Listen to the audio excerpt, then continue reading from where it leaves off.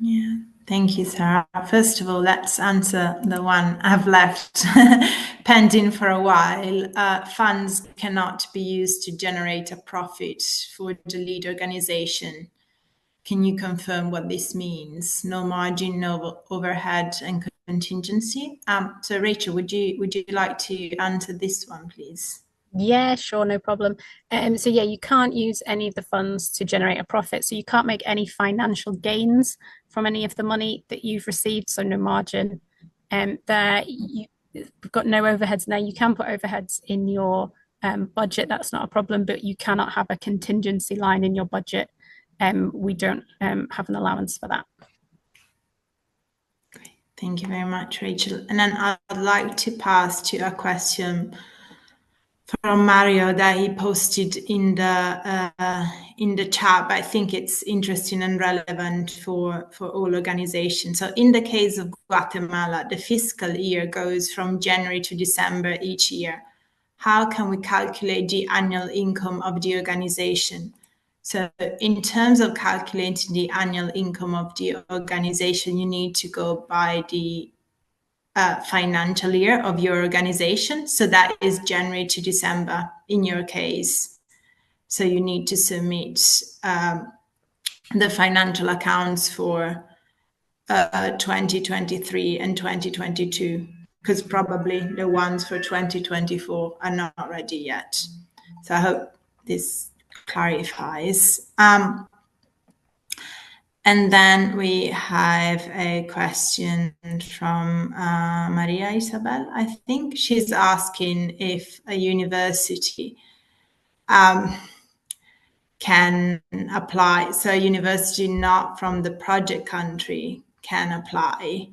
The answer is no. I said to a few others that asked the same question, is that you could be partner organization, but you need a lead organization based in the country which meets the eligibility criteria. So if the lead organization is not established for at least 2 years and is not able to provide financial accounts for at least 2 years and has an income of less than 1 million, then you need to find another lead organization. They're not able to apply. So yeah, I see that's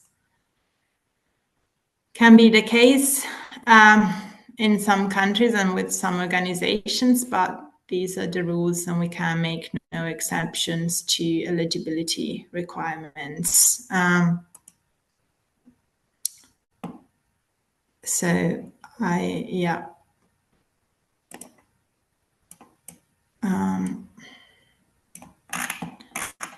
Okay, I see you're saying that wasn't your answer, your question. So hopefully I answered the question of somebody else because we got that a few times.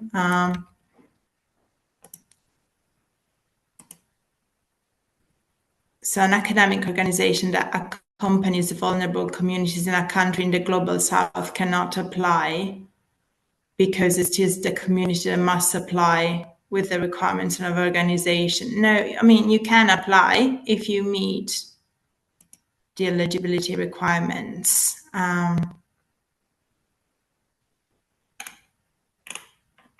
hope that's okay.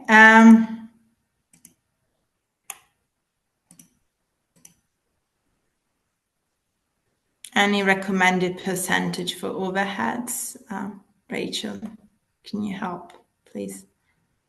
Yes, we have details about this in the finance guidance, but it's not more than 20% of the total budget.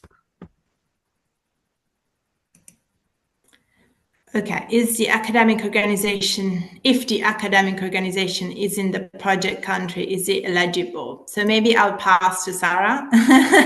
So somebody else can answer. Maybe I'm not convincing enough on this question. Yeah, so the organization can be eligible if it's legally registered in the project country, and it must meet our other requirements as well. So based on annual income of less than 1 million, and yes, everything else that's detailed on all of our guidance. In our essential information guidance, you can find a table that reminds of like all the different requirements that you must meet. But yeah, I hope I've answered the question. Okay. Thank you. And just a reminder that all of our guidance is available in French, Spanish, Indonesian, and Portuguese, as well as English, and you can get them all on the website. Okay. So I don't see any other question. Penny. Oh, we just got one from Adrian. What is the average funding for projects in the last round?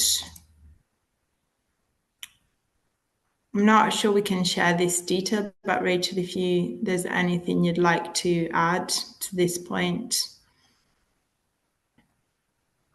No, there's details of our funded projects as they're signing grant agreements at the moment. So the majority of the projects details are now available on our website. You can go and have a look where those projects are, and that it does include the total funding, I think, in that description. So you can have a look there and see what sort of projects were funded in round one.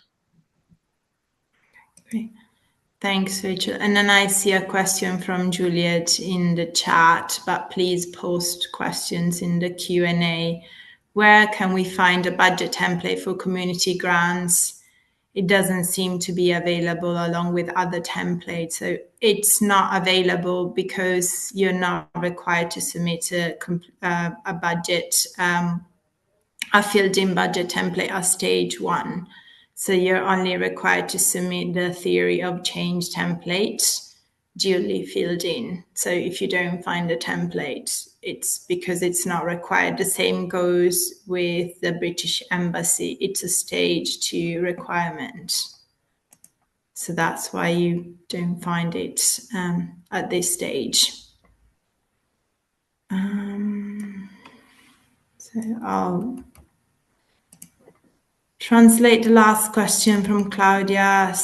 Can the project support the generation of a new productive activity associated with sustainable tourism and reef restoration for the benefits of the low-income community?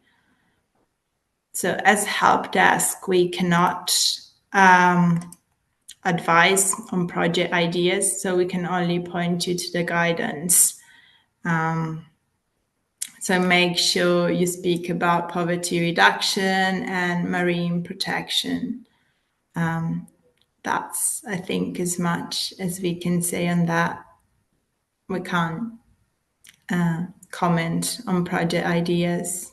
Sorry. Okay, for the partnership grant, a lead organization should also be in the project country. No, so this webinar is for community grants applicants. In the case of partnership grants, the lead organization can be based anywhere in the world, but there's a preference for organizations based in the project country to apply. So I think we can probably, if there are no more questions, close on time, and I'll pass back to who's going to conclude the webinar. Yeah, thank you, Valentina. And I believe that just as you log off Zoom, you'll get a post-event survey, and we really appreciate just taking a minute or so that we can understand like the success of the webinar. It'd be really helpful. And yeah, thank you very much. Thank you so much.